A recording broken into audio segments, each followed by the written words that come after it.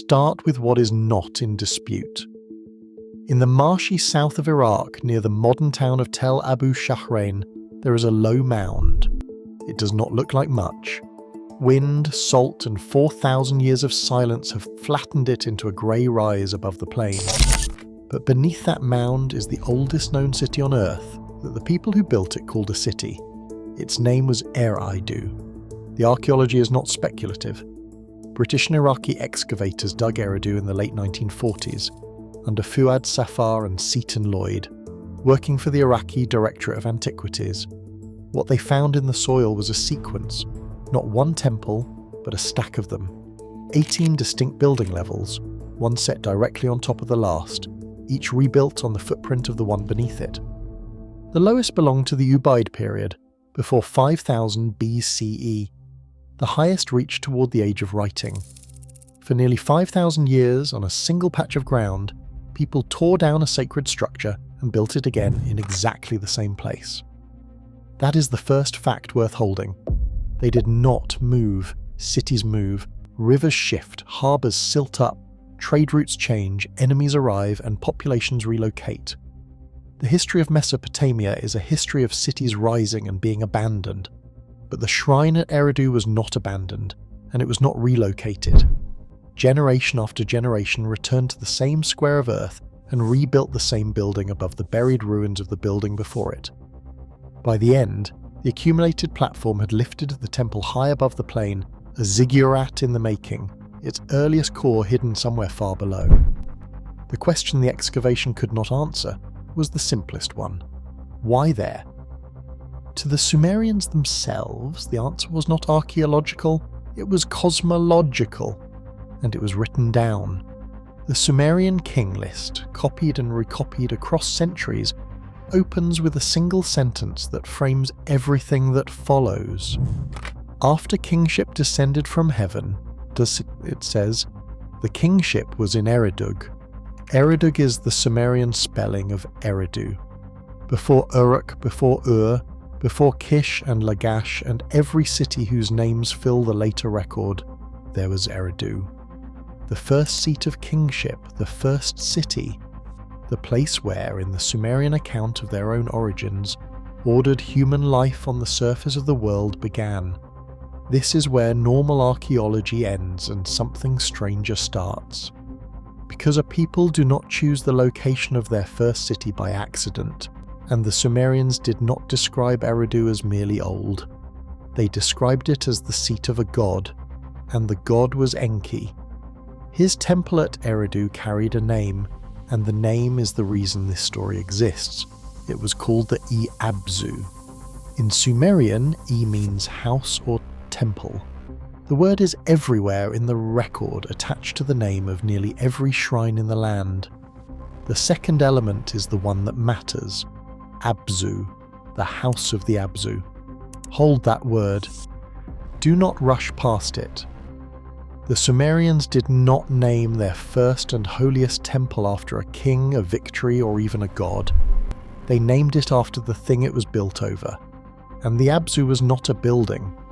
This is the detail that the layered mound at Tell Abu Shahrain cannot fully explain on its own, and it is the detail that turns Eridu from an archaeological curiosity into a problem. The oldest city the Sumerians remembered was not centered on a palace, a granary or a marketplace. It was centered on a temple, and that temple was named for a hidden realm beneath the earth. The first thing humanity built in the Sumerian telling was a house placed deliberately on top of a threshold to somewhere else. Consider the choices that were not made. They did not name it the House of Heaven, though they had a word for heaven and used it elsewhere. They did not name it the House of the Sun, though sun gods mattered to them. They did not orient their origin toward the sky at all. They oriented it downward. The name they chose pointed at the ground, at the water beneath the ground, at a place the texts treat as sacred, dangerous and closed. For now, leave what the Abzu was for later. What matters in this first stretch of the story is the shape of the evidence, and the shape is consistent. A single location held for 5,000 years. A temple rebuilt 18 times on the same footprint never moved. A king list that names this exact spot as the place where kingship first came down from heaven, and a temple name that does not celebrate the sky or the surface but marks the entrance to something below. There is one more thing the excavators noted, almost in passing, that deserves attention. The earliest shrine at Eridu, the small mud brick room at the very bottom of the sequence, already contained an offering table and traces of fish bones, food given to a presence the worshippers believed was already there. From the very first layer, before there was a city around it, the place was treated as occupied, not built to attract a god, built because the worshippers behaved as though a god, or a doorway to one, was already in residence beneath their feet. So before any tablet is read, before any translation is examined, the situation is already unusual. The Sumerians located the origin of civilization not in a fertile field or a defensible hill, but on top of what they called the House of the Abzu, and they held that ground without interruption for longer than the entire span of recorded history that followed. They returned and returned and returned to one specific point on the map, as if leaving it was not an option. The mound is real. The 18 temples are real. The king list line is real, and it is the oldest origin claim the Sumerians left us. And every later Sumerian city would trace its kingship back through this one buried, stubborn, waterlogged mound. What remains is the harder part, what the Abzu actually was in the Sumerian imagination, who its lord Enki was, and why a place described as the deep water beneath the world would need to be guarded at all. Those answers do not live in the soil, they live in the texts. And the texts, when read closely, do not describe a pond. To understand the door, you first have to understand who kept it. His name was Enki. In the later Akkadian language, he became Ea, but in Sumerian, he was Enki, and the name itself is a claim. En means lord, Ki means earth or land or the ground. Lord of the earth, not the sky, not the storm, not the sun, the ground, and what lies under it. Enki was not a minor figure. In the Sumerian pantheon, he stood among the three highest gods, alongside An, the sky, and Enlil, the air and the storm. But where An was remote and Enlil was power, Enki was something more unsettling. He was the god of wisdom, of magic, of incantations and spells, of crafts and skills and the secret knowledge that made civilization possible. When the text needed a god who knew things others did not, they reached for Enki, and his home was the Abzu. Here the word has to be opened carefully, because it carries more weight than any single translation allows. Abzu, in Akkadian Abzu, is usually rendered as the deep or the underground waters, or the freshwater ocean beneath the earth. The Sumerians believed the world floated on water, not the salt sea which they knew and sailed, but a separate body of sweet water below the ground, the source of springs, of the rivers that rose from somewhere they could not see. That hidden water was the Abzu, but the Abzu was never only geography, it was also a place in the divine order, a realm with an owner, and the owner was Enki. The texts speak of the Abzu as his dwelling, his chamber, the seat from which he worked, and it was also at Eridu a structure. The temple, the E-Abzu, was understood to sit directly above the cosmic Abzu, or to contain a piece of it, a sacred pool or basin that stood in for the deep itself. The boundary between the metaphor and the building was deliberately blurred. The temple was not a model of the Abzu. In the Sumerian understanding, it was the point where the Abzu touched the surface. That is the idea to hold. A point of contact, a place where the realm below reached up and met the world above, and where, in theory, the traffic could run in both directions. Now add the thing that makes this more than cosmology. The Abzu was not open. Sumerian religion was not a faith of personal access. There was no congregation filing into the temple to pray before the god. The temple was a house, and the god lived in it, and the house was run by staff. The innermost chambers were closed to ordinary people entirely. The further in you went, the higher the rank required to stand there, until at the centre you reached the cellar, the holy room that held the god, and almost no one was permitted to enter it. The staff had titles, and the titles describe a hierarchy of access. At the top stood the En, the high priest or priestess, the human figure who served the god most directly.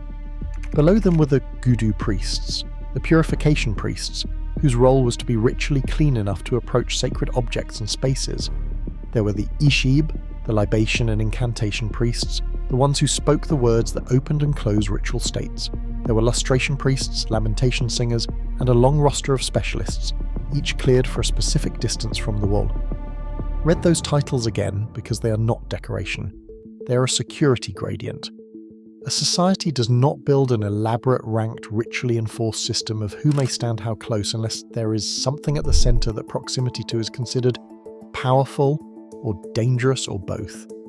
The priesthood of Eridu was, in functional terms, an access control system. It existed to regulate nearness to the Abzu, and nearness to the Abzu was regulated with particular care, because the Abzu was not a friendly place. The deep was the domain of secret knowledge, and secret knowledge in the Sumerian world was double-edged.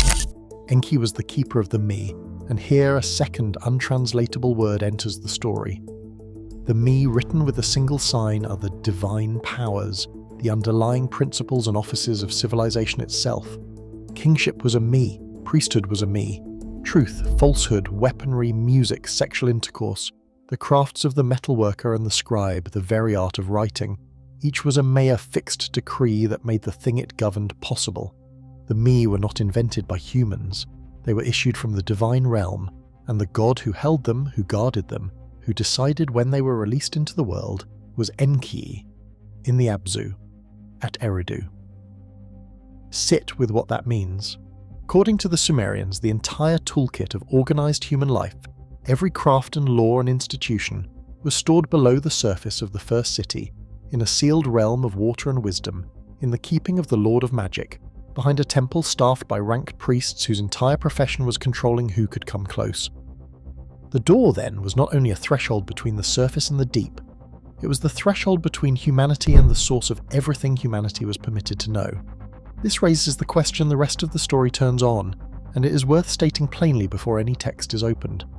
If the ME were kept in the Abzu, and the Abzu was guarded, then the powers of civilization were not freely given.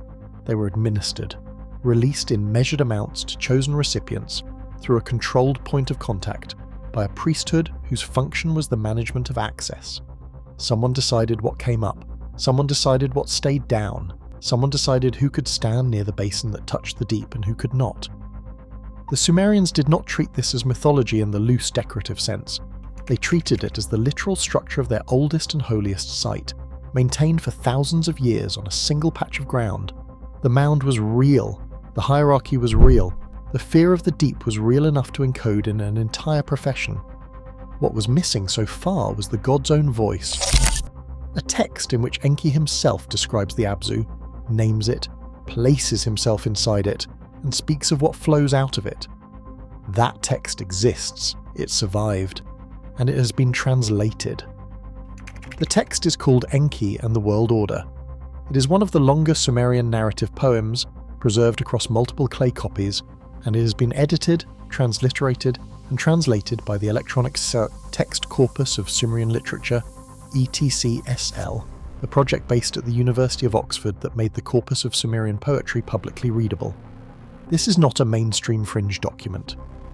It is a mainstream peer-handled text that any student of Sumerian can open. What it contains is a god describing his own work. In the poem, Enki praises himself, orders the world, and assigns functions to the lands, the rivers, the marshes, and the gods beneath him. He sets the Tigris and Euphrates in their courses. He appoints minor deities to oversee the sea, the rain, the fields, the bricks, the boundaries.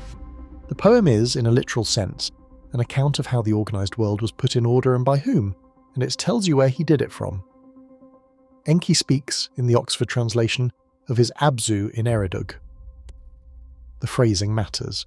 He does not say the Abzu, as a distant feature of the cosmos. He says my Abzu in Eridu. The deep is his, and it is located precisely at the first city. The poem fixes the cosmic threshold to a single point on the map, the same point where the mound stands, where the 18 temples were stacked, where the king list says kingship first descended. The realm beneath the world had an address. Read what the poem does with that address. From his Abzu in Eridu, Enki is the source. The crafts, the offices, the ordering decrees, the me, flow outward from that one location. The poem describes him loading a boat, the Magur boat, and moving through the waters, distributing functions as he goes. It describes him filling the rivers with life, the marshes with fish, the byres with milk. But the direction is always the same. It moves from the deep outward and upward into the world. Eridu is not a destination in this poem. It is a wellhead. And here the earlier picture sharpens into something specific. If the me were the powers of civilization, and the me issued from the Abzu, and the Abzu was at Eridu, and Eridu was a temple sealed behind a graded priesthood, then the poem is describing the controlled release of knowledge from a single guarded source. The crafts did not appear everywhere at once. They came out of one door, and the door had keepers. The poem also tells us who stood closest to that door. Enki's chief minister in the text is a figure named Isimud, described with two faces, one looking forward and one looking back. He is the god who carries Enki's words out and brings the world's business in. He is, in the structure of the poem, the gatekeeper, the one permitted to move between the Lord of the Deep and everything outside it. Below Isimud, the poem names a chain of deities, each given a domain, each receiving a function from Enki's hand. Authority descends in a line, from the Abzu outward, through appointed intermediaries to the world. This is the same shape as the priesthood, a ranked sequence of access, a chain in which each link is permitted to stand a certain distance from the source and no closer.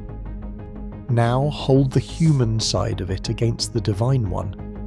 On the ground at Eridu, the priesthood controlled physical nearness to the basin that touched the deep. In the poem, a hierarchy of gods controls access to the powers that flow from the deep. The two systems mirror each other exactly. The temple was the cosmic structure made of mud brick. The poem was the temple made of words, and both encode the same rule. The source is real, the source is below, and between the source and the ordinary world there is a managed sequence of who may approach. So return to the question that has been waiting since the first city was named. Who was allowed near the door? The poem and the temple answer together, and the answer is narrow. Enki himself, at the centre. Isimud, the two-faced minister, permitted to pass. The appointed gods, each in their assigned place. And among humans, the En, the Gudu, the Ishib, the ranked priests cleared by purification to stand at graded distances from the basin. That is the entire list. Everyone else, the farmers, the herders, the potters, the population of the first city and every city after it, stood outside the line. They received the crafts. They did not see the source. This is the heart of it, and it is worth stating without ornament. The Sumerians believed that the foundations of their civilization came from a hidden place beneath the first city, that the place was owned by the god of secret knowledge, and that contact with it was restricted to a small, ranked, ritually purified few. The benefits flowed outward to everyone. The access flowed to almost no one, and the texts never describe an ordinary person going down. There is no scene in Enki and the world order, or in the surrounding literature, of a common worshipper descending into the Abzu and returning. The deep is not a place humans visit. It is a place from which things are sent up. The movement in the poem is one-directional for everyone but the god. Knowledge rises. People do not descend. Picture it the way the Sumerians seem to have pictured it. A temple on an artificial mountain. Inside, a sequence of rooms, each more restricted than the last. At the centre, a basin of water standing for the freshwater deep, the cosmic Abzu, the dwelling of Enki. And around that centre, an entire profession whose job was to make sure that the line between the surface and the source was never crossed by the wrong feet. The poem gives the threshold a voice. The temple gives it a floor plan. Together they describe not a myth about water, but a system of controlled access to the origin of everything the Sumerians believed they knew. What the poem does not say, and what the temple cannot tell us on its own, is the part that has kept this question alive. Why the access had to be controlled at all? What exactly was on the other side of the line that so few were permitted to approach? And what the Sumerians thought would happen if the wrong person reached the door? Step back from the tablets in the temple and look at the shape of the whole thing. The Sumerians did not begin their story with a field, a battle, or a flood. They began it with a door. The first city was not built where it was for any reason a modern planner would recognise. It was built on the one place where, in their understanding, the hidden realm below touched the world above. Everything else, the kingship, the crafts, the laws, the entire apparatus of organised life, came afterwards and came from there. That makes Eridu something stranger than the oldest city. It makes it the original gateway. Consider how completely the pattern repeats once you have seen it. A sacred point of contact with a realm below, a structure built directly over it, a small group permitted to approach, and a vast population kept at a distance. A flow of benefits outward and upward, and a flow of access that runs the other way, narrowing as it descends, until at the centre only one figure remains. This is the architecture of every later temple in Mesopotamia, and the architecture of much that came after Mesopotamia. The Holy of Holies that only one priest may enter, the inner sanctum, the threshold that the crowd may face but never cross. Eridu is where that idea is first written down. The first city is also the first controlled entrance. And the control is the part that will not resolve. Because once you accept what the texts say plainly, that civilization's powers were stored below, owned by the god of secret knowledge, and released through a guarded threshold, the questions begin, and the texts do not answer them. If the me were kept below and released in measured amounts, then who decided the measure? The poem says Enki. The temple says the priesthood. But both of those are answers that only move the question down one level. Behind the priest is the office. Behind the office is the rule that made the office necessary. And the rule says, without explanation, that the source had to be guarded. Not honoured, not merely worshipped. Guarded, with a ranked profession and a sequence of sealed rooms, as if the danger ran in both directions. If access was restricted, then restricted from whom and against what? A door that only keeps people out needs a lock. A door that needs an entire priesthood, a hierarchy of gods, a two-faced gatekeeper, and a temple rebuilt 18 times on the same spot for 5,000 years is not a lock. It is a protocol, and protocols are written for things that are expected to happen again. If the infrastructure was maintained without interruption for longer than recorded history, then the maintenance itself is the mystery. People do not hold a single patch of ground for 5 millennia out of habit. They do it because leaving is not an option, or because something must not be left unattended.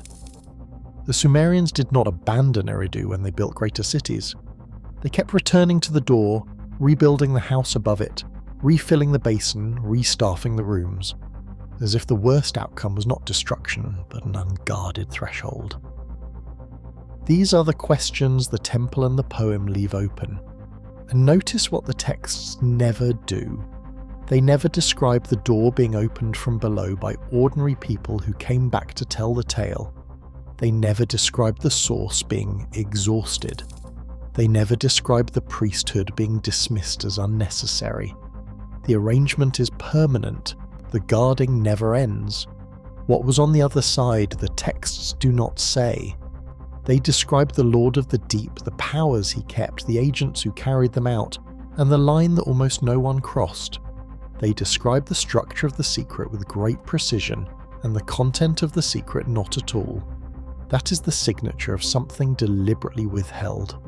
A scribe who records the exact rank of every priest and the exact function of every god, but never once describes what lies in the innermost room, is not forgetting. He is observing the same boundary the priesthood enforced. Some things were written down. The thing at the centre was not. So the poem and the temple end in the same place, with a record that documents everything around the secret and stops at the edge of the secret itself. The form is the message. The boundary in the text is the boundary in the temple. And this is where the first city stops being an artifact and becomes a question that follows you out of the room. If the oldest story humanity told about itself begins with a controlled door between the surface and a hidden realm below, then the idea of the guarded threshold is not a late invention. It is the oldest idea we have, older than kingship because the king list says kingship descended into a city that was already built around the door, older than writing because the lowest shrine at Eridu held offerings before there was a script to record them. The door comes first. Everything we recognize as civilization arrives afterward and arrives through it. We do not know what the Sumerians believed was on the other side. We know only that they built their first city on top of it, named that city the seat of the Lord of Secret Knowledge, staffed the entrance with a profession whose entire purpose was control, and held the position without surrender for longer than any institution that has existed since. The mound at Tell Abu Shahrain is quiet now, the basin is dry. The priests are 4,000 years gone, and the rooms they guarded are open to anyone who walks the site. Whatever the line protected, if it protected anything, is no longer protected. The door, if it was a door, stands unattended for the first time in the history of the city. Tourists photograph the bare brick where the holiest room once stood and walk on without a pause. The Sumerian king list opens with a single sentence. After kingship descended from heaven, it says, the kingship was in Eridu. It does not say what else descended. It does not say what was already waiting below when the first builders chose that exact patch of ground and refused, for 5,000 years, to leave it. It says only that this is where it began, and the door, the texts insist, was never meant to be opened from the wrong side.